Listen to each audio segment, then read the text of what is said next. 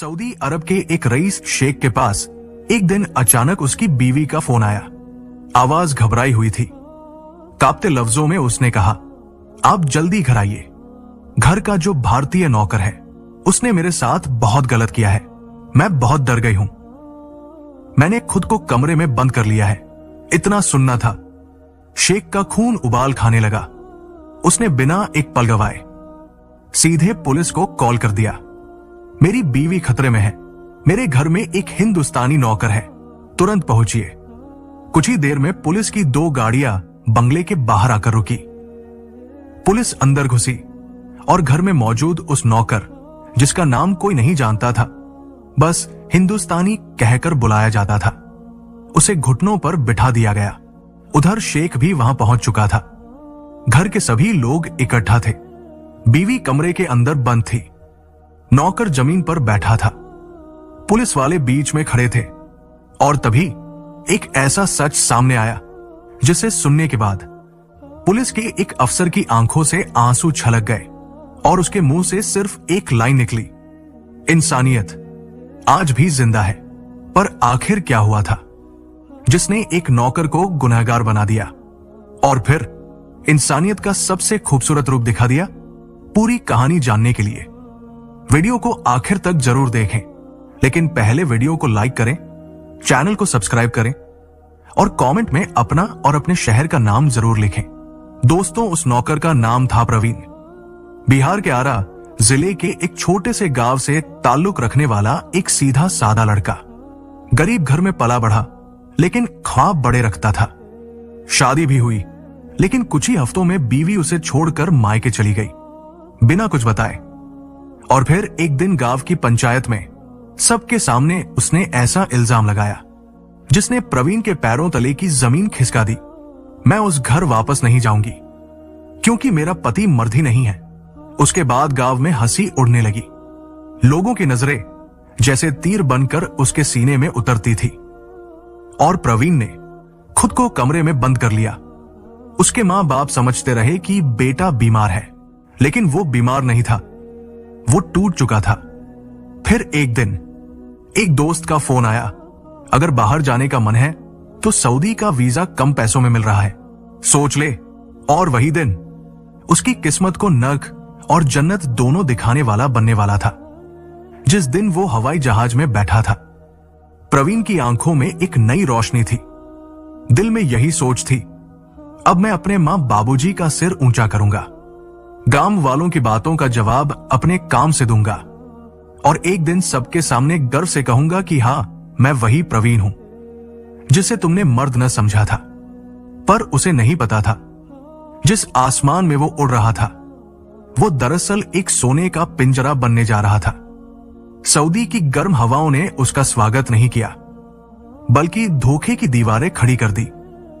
जिस एजेंट ने वीजा दिलवाया था वही एयरपोर्ट पर उसे रिसीव करने आया, लेकिन उस मुस्कान में झूठ छिपा था और उस हाथ में एक ताला जो धीरे धीरे प्रवीण की आजादी पर जड़ने वाला था। पहले दिन ही उसे एक टेंट जैसी जगह पर ले जाया गया जहां और भी कुछ मजदूर थे।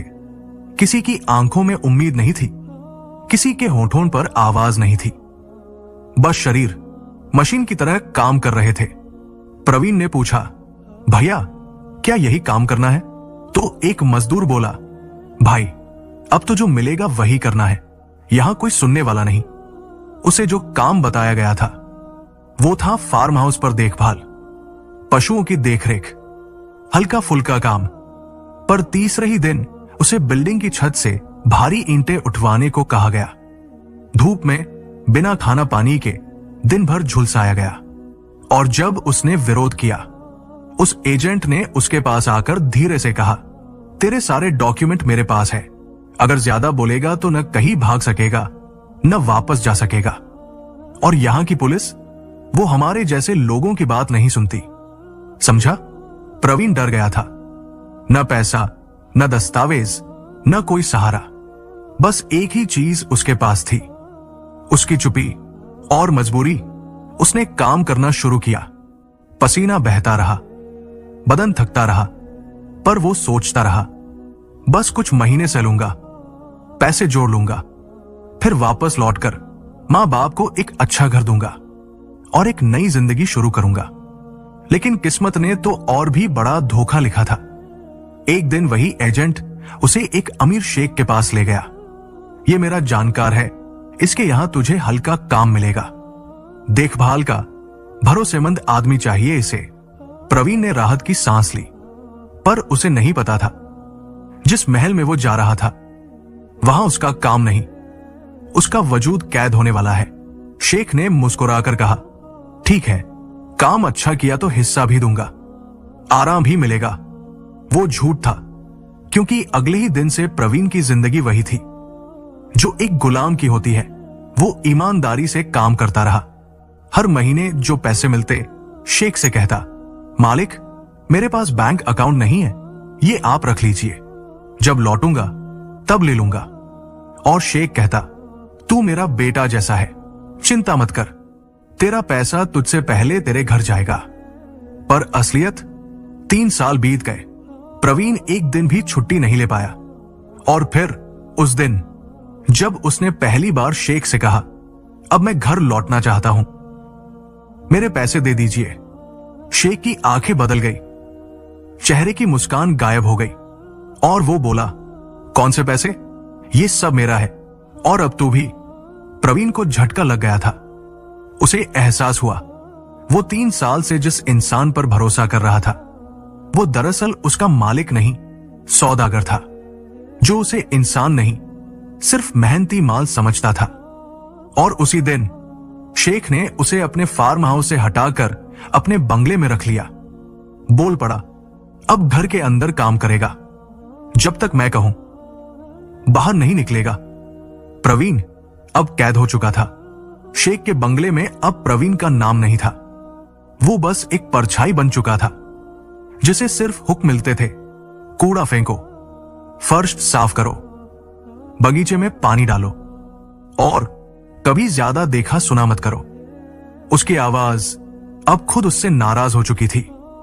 शब्द अंदर ही अंदर दम तोड़ रहे थे और मन, वो हर दिन गांव के उसी टूटे घर के आंगन में जाकर बैठ जाता था जहां मां खाना परोसती थी। बाबूजी खांसी के बीच आशीर्वाद देते थे, पर असलियत वो तो एक आलीशान जेल में बंधा पड़ा था। शेख सुबह निकल जाता दौलत के धंधों में उलझने, रात में लौटता शराब और शक में डूबकर। घर में रह जाती थी उसकी बीवी जैनब, एक ऐसी औरत जिसकी आंखों में थकान नहीं, बस एक खालीपन था, जिसने शेख से कभी मोहब्बत की ही नहीं थी, बस निभाया था एक रिश्ता, एक सौदा। और उसी सौदे की दीवार पर एक दिन उसे दिखी एक इंसान की टूटती रूह। वो रसोई में खड़ी थी और देखा प्रवीण फर्श पर झुका बर्तन रगड़ रहा था, कंधे झुके हुए, आंखें नीचे और होठों में हर पल सिसकी दबी हुई थी। तुम हिंदुस्तान से हो? उसने पहली बार सवाल किया। प्रवीण चौंका, आंखें उठाई, कहा कुछ नहीं, बस सिर हिलाया। क्या तुम खुश हो यहां? जैनब ने फिर पूछा। बस इतना सुनना था। प्रवीण का दिल, जो 3 साल से पत्थर बना था, एक ही झटके में पिघलने लगा। उसने कहा, मालकिन, मैं यहां काम करने नहीं, भाग कर आया था अपनी बदनामी से, अपनी बेइज्जती से, लेकिन लगता है किस्मत ने मुझसे बदला ले लिया है। और फिर वो सुबकते हुए अपनी पूरी कहानी सुना गया। गांव का वो दिन जब बीवी ने कहा, मर्द नहीं है मेरा पति, लोगों की हंसी, पंचायत का फैसला, मां की चुप्पी, बाबूजी का झुकता सिर, और फिर वो फोन जिसने मुझे सऊदी पहुंचा दिया। मैंने यहां 3 साल तक एक एक पैसा कमाया मालकिन, हर दिन अपने खून से, लेकिन आज जब मैंने अपने मालिक, मतलब आपके शौहर से कहा कि मुझे मेरा हक चाहिए, उन्होंने मुझे इस घर में कैद कर लिया। अब मेरी सांसें भी उनकी इजाजत से चलती है। जैनब का चेहरा सख्त हो गया, पर उसकी आंखें भीग गई। और आपसे मैंने ये बातें इसलिए की क्योंकि आपको देखकर लगता है कि आप इंसानियत को समझती हैं। एक लंबा सन्नाटा छा गया। फिर जैनब ने धीरे से कहा, तुम अब से अकेले नहीं हो, मैं जो कर सकती हूं वो करूंगी। और फिर उसने एक ऐसा फैसला लिया जिसे सुनकर फरिश्ते भी हैरान रह जाते। उसी रात जब शेख घर से बाहर था, जैनब ने फोन उठाया और कांपती आवाज में सिर्फ 2 वाक्य बोले, जल्दी आइए। नौकर ने मेरे साथ गलत करने की कोशिश की है।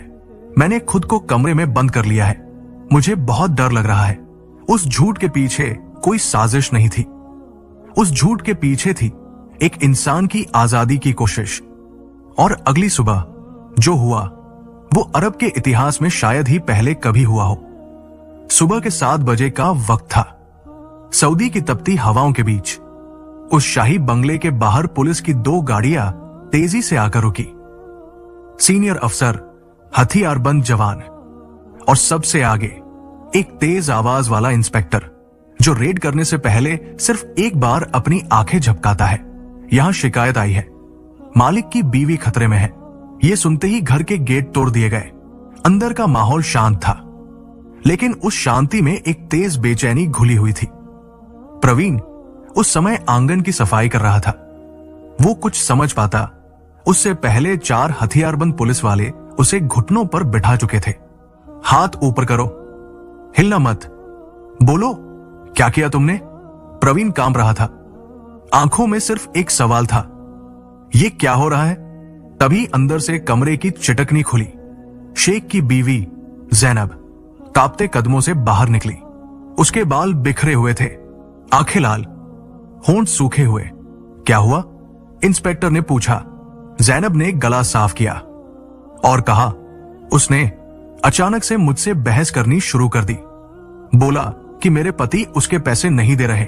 वो चिल्लाने लगा और मुझे धमकाने लगा। तो मैं डर गई, कमरे में बंद हो गई और फिर अपने शौहर को फोन किया। पूरे घर में सन्नाटा छा गया था। प्रवीण हैरान था। उसकी आंखें जैनब के चेहरे को घूर रही थी, लेकिन उसके चेहरे पर गुस्सा नहीं, आभार था, शुक्र था, इंसानियत थी। तभी शेख भी वहां पहुंचा, चेहरा गुस्से से लाल। बीवी को देखा, पुलिस को देखा और एक झूठी हैरानी के साथ बोला, यह सब क्या है? क्या हुआ मेरी बीवी के साथ? इसे अभी जेल में डालो। लेकिन इंस्पेक्टर ने उसे रोक दिया। पहले नौकर से बात करनी होगी। और पहली बार प्रवीण बोलने के लिए खड़ा हुआ। उसकी आवाज धीमी थी, लेकिन हर शब्द किसी चोट की तरह गूंज रहा था। सर, मुझे माफ कीजिए अगर कुछ गलत कह दूं, लेकिन मैं झूठा इंसान नहीं हूं। मैं 3 साल से इस घर में काम कर रहा हूं। हर महीने जो तनख्वाह मिलती थी वो मालिक के पास छोड़ देता था। कहता था जब वापस जाऊंगा तब दे देना। अब जब मैंने पैसे मांगे तो इन्होंने मुझसे कहा सब कुछ इनका है। और अब मैं भी। पूरा कमरा एक पल के लिए चुप था। फिर प्रवीण की आंखों में आंसू आ गए। मैंने सिर्फ अपने घर लौटने की बात की थी और अब ये कह रहे हैं कि मैं किसी को नहीं छोड़ूंगा। इंस्पेक्टर ने जैनब की ओर देखा। उसने कुछ नहीं कहा, बस धीरे से सिर झुका दिया। और पुलिस समझ गई झूठ सिर्फ बहाना था। असली सच्चाई प्रवीण के हर आंसू में थी। शेख चीख पड़ा, ये सब झूठ है। ये नौकर मुझे ब्लैकमेल कर रहा है। लेकिन इंस्पेक्टर अब इंसान की भाषा में बात कर रहा था। अगर झूठ है तो फिर इसके डॉक्यूमेंट्स आपके पास क्यों हैं? अगर रिश्ता ईमानदारी का था तो फिर इसने बैंक अकाउंट क्यों नहीं खुलवाया? शेख बौखला गया और वही गलती कर बैठा। उसने इंस्पेक्टर को रिश्वत देने की कोशिश की। देखिए, आप अपने लिए कुछ ले लीजिए और इसे मेरे हवाले छोड़ दीजिए।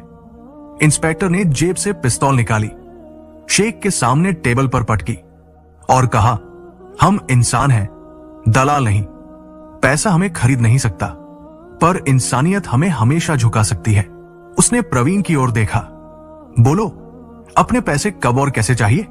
प्रवीण रोते हुए बोला, कुछ नहीं चाहिए साहब, बस अपने मां बाप के पास लौट जाना है। बस वही मेरी दौलत है। इंस्पेक्टर ने हाथ बढ़ाया। तो चलो, आज से तुम आजाद हो। पुलिस का फैसला साफ था।